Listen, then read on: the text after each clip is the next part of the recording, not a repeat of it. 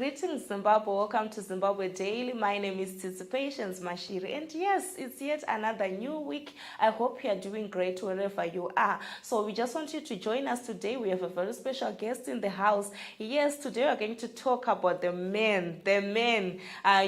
Most of the people think that activism is about women issues only and stuff like that. But we also have men who are also involved in making sure that the rights and everything else is being in control in a good way. So today I have a very special guest and I will let him introduce himself. Thank you so much for joining us today. You are free to introduce yourself. Thank you so much, Cici. It's a pleasure. Well, my name is Reverend Oliver Mandisodza. I happen to be the founder, CEO, executive president of Men of Valor, Purpose and Vision Trust International, also known as MVPV Global Network Men's Ministries. Yes. Started here in Zimbabwe, 2015. Duly registered in Harare, Zimbabwe in 2016. Yeah, maybe let's talk about that.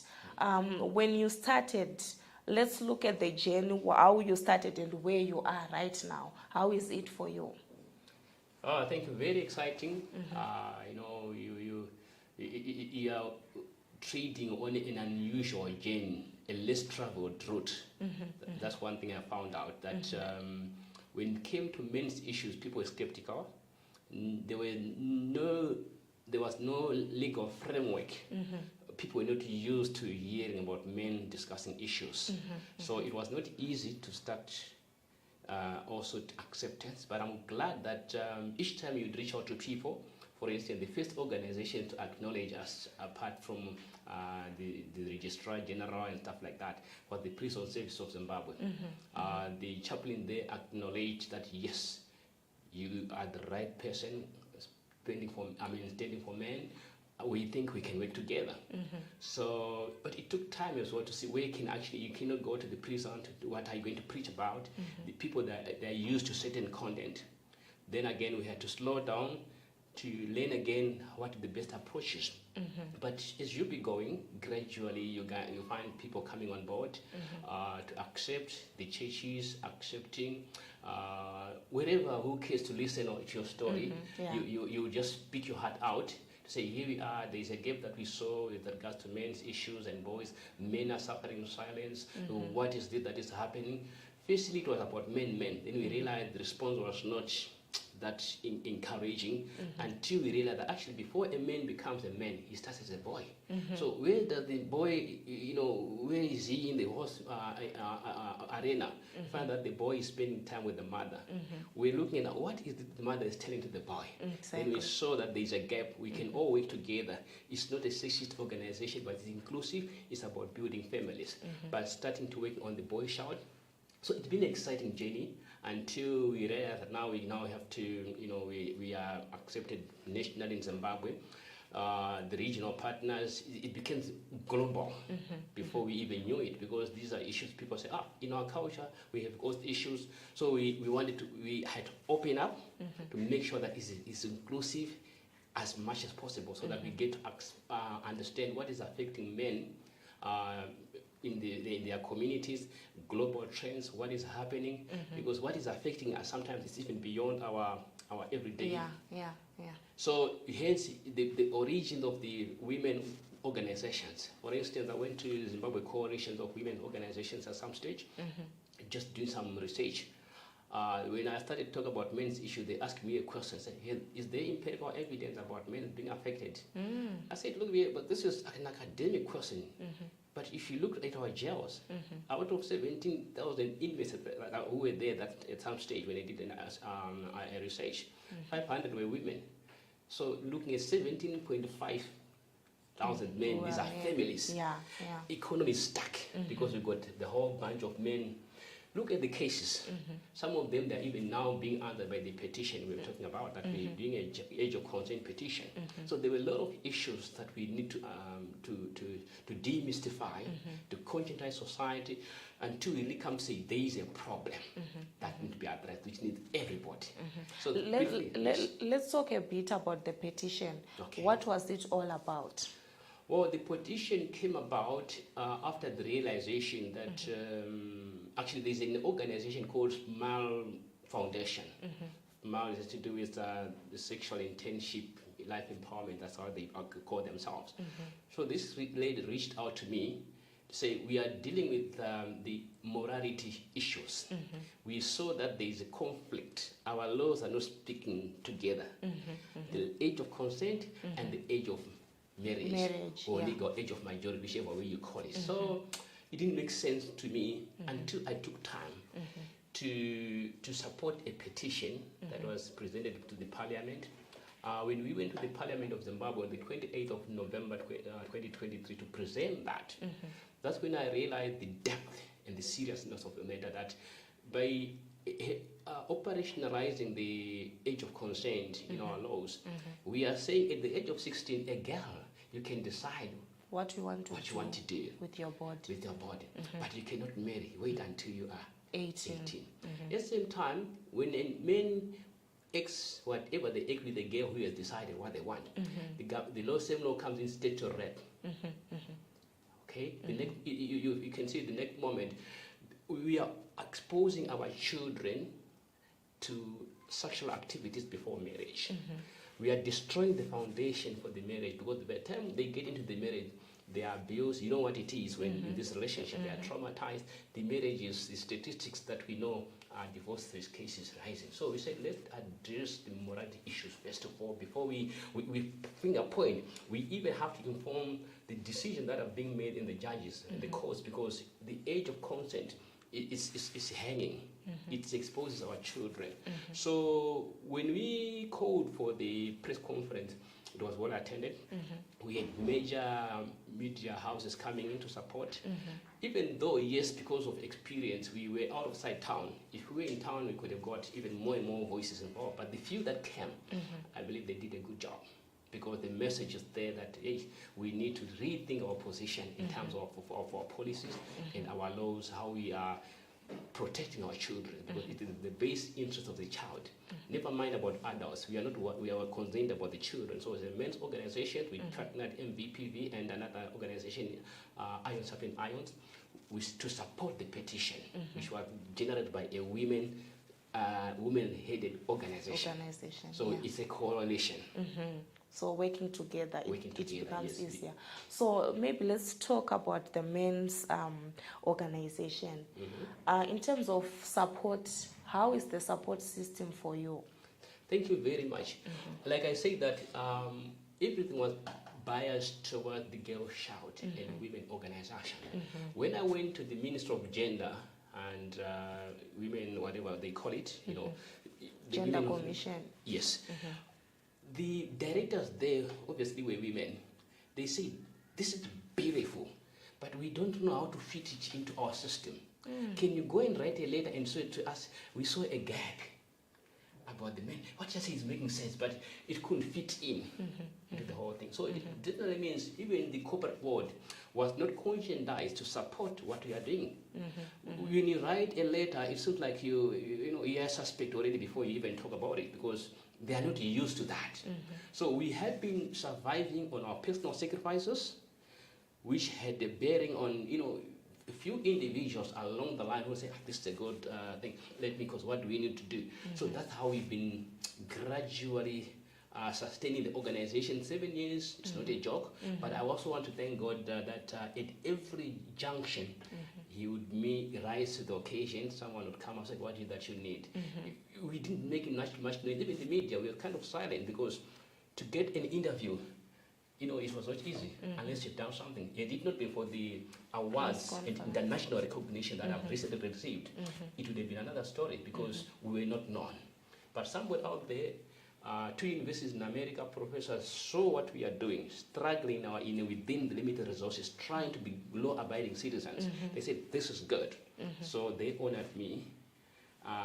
They actually lifted our profile to another level. Now we're getting global traction. Then I said, well, before we go global, children begins at home. I'm proudly Zimbabwean, and let's start having the discussions, conversations, meaningful conversations. We need individual mothers, organizations who would come and say, okay, what can we do? We've got issues, but how can we help you run with the vision? Then this is the stage where we are now. In terms of sustainability, and making sure that we now giving the traction. And I believe in due course, we will have sufficient number of people and organizations that are going to take ownership of. They want to be involved in this project, because if we don't, Nigeria is waiting for it. I know Rwanda is excited. India. And before I go out, let's sort out issues in the home ground. Yeah, let's talk about Nigeria. I saw a flyer where people, there's something like a function or something about giving people awards. Correct. Let's talk about that. Okay. The Global Heralds of Excellence and Integrity Leadership Awards is backed by two powerful universities in America, the International Kingdom University and Simon Rice University in Florida. They are the ones who are backing up these global awards. But their target now is on people who are less celebrated. There you are, like, for instance, your pastor, this Pastor Yvonne here, you've just been saying, they're doing enormous work, but nobody's come to say, pat on the back, well done. Keep doing what you're doing. We appreciate what you're doing. You're positively impacting humanity. So they say they are doing that. So when I was recommended by those two professors, it was an honor bestowed on Zimbabwe, because I was among the top executive, the organizing committee of these awards, that they say, no, because of what you're doing, the uniqueness of this idea, this vision, we need you on board. And because of Bishop Mwapi, who is in Zambia, I didn't have issues, because I know him, and we have worked together. I know he's a man of integrity, a trained soldier in the Air Force of Zambia. That's as long as my father is there, I don't have a problem. So I really accepted this. So when I said to identify people in this Zimbabwean community, we ended up having prominent people that were saying, this is good. Is there people being honored? They're doing it online. There's going to be a 2-day Inter-African Transformation Integrity Leadership Summit, which will be coupled with the content and also the awards official now. Because what has been happening is online. When you're giving something official, then it means you can. So this is where we're saying we're going to start with Nigeria, which is going to now be end of May, and the 25th, 24th and 25th, if those dates do not change. Then after that, Zimbabwe will be next. And guess what? The man who is speaking right in front of you will be presiding over this. And this is where you're saying, let's prepare ourselves to celebrate that Zimbabwe, for the first time, will be in the news for the right reasons, that men are raising their voices to complement what women organizations have been doing over the years to come up with a balanced society. So that the award ceremony we'll be having in Nigeria come May 2024. Let's talk about men in the community. Are there men out there who are ready to speak up about the challenges they face? Because usually it's all about women speaking up, women saying this. Are there men who are ready to speak about the issues or challenges they face? I can tell you this has been a process, like I said, that we are coming from a process, a space where there was total silence. So someone has to tie the belt to the cake, that kind of statement. So we have raised alarm. Now I've got Iron Sharpens Iron, they came on board. I've got Save a Man from Rewas, a prison officer who is its own organization. There are several people who were running their vision, but they were like, so there are men in the community, to answer your question, that because of this MVP concept, broader concept, said, no, we are raising generations of God-fearing champions. Because what was also looking was the philosophy. At first it was just psychological, social. So we are not social. We are backed by biblical scriptures and positions. That is why we are confidently talking about sexual relations within marriage setup. Is opposed to the other ones where we are saying condomize. So we are saying because of the God component in our philosophy, a lot of men are opening up confidently to begin to realize there are cases of suicide. I've been on a funeral that happened in the UK recently. A Zimbabwean who went to UK collapsed because of the health system. It was discovered upon arrival to UK that he had cancer, and it didn't last 3 weeks. He died. So it was shocking. So this woman is saying, why don't we start conscientizing the society about men's issues, because normally men are not taken care of. It's all about women. And the government is governments, not Zimbabwe only, have overinvested in men's issues. But now, because there is a voice, the communities are beginning to speak up, even women organizations, because these are the ones who are bearing the burden of an unprepared boy child. So women organizations, actually, I see that the first who will be the darling of this, because we are bringing order. Same for some who are doing it for money. I know. Yeah, very true, Rev. I don't know, do you have anything else that you would want to share with anyone who is watching or listening before we finish our program? Well, time is never all enough for such a big mandate that we carry. But all I can assure my fellow Zimbabweans, partners out there, is that this is now the time to rise and fight, or we relax and perish. The government is overwhelmed by situations that, not because we are so fearful and fearful of the unknown. Government needs our support, especially from the church. Let us engage into dialogue. Let us converse. Even our women, there is a vacuum that has been created over the years. There is an information gap. There is mystification of reality. So let's engage. Let's speak up. And when we call for events, when we call for support, it doesn't matter every dollar counts. Like now, I'm saying I need support from the Zimbabwean perspective. I don't believe these are lies that we don't have resources. We have resources. Human resources, your time, money is another story. But when you have the heart, when you understand what needs to be done, we can always sacrifice. So let us sacrifice for our children. Let us sacrifice for our culture. We have a lot of brain drain happening in Zimbabwe. You don't know what a Zimbabwean man is facing when you go to the diaspora.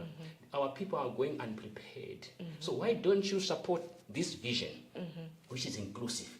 Like what we've done with the petition, we went to support something that was already in motion, to bring that voice clear, to say we are behind this woman. So we also expect the same to happen. We complement each other, we build our families, we build our nation. So that's my call for all of us, that it's either now or never, and we perish.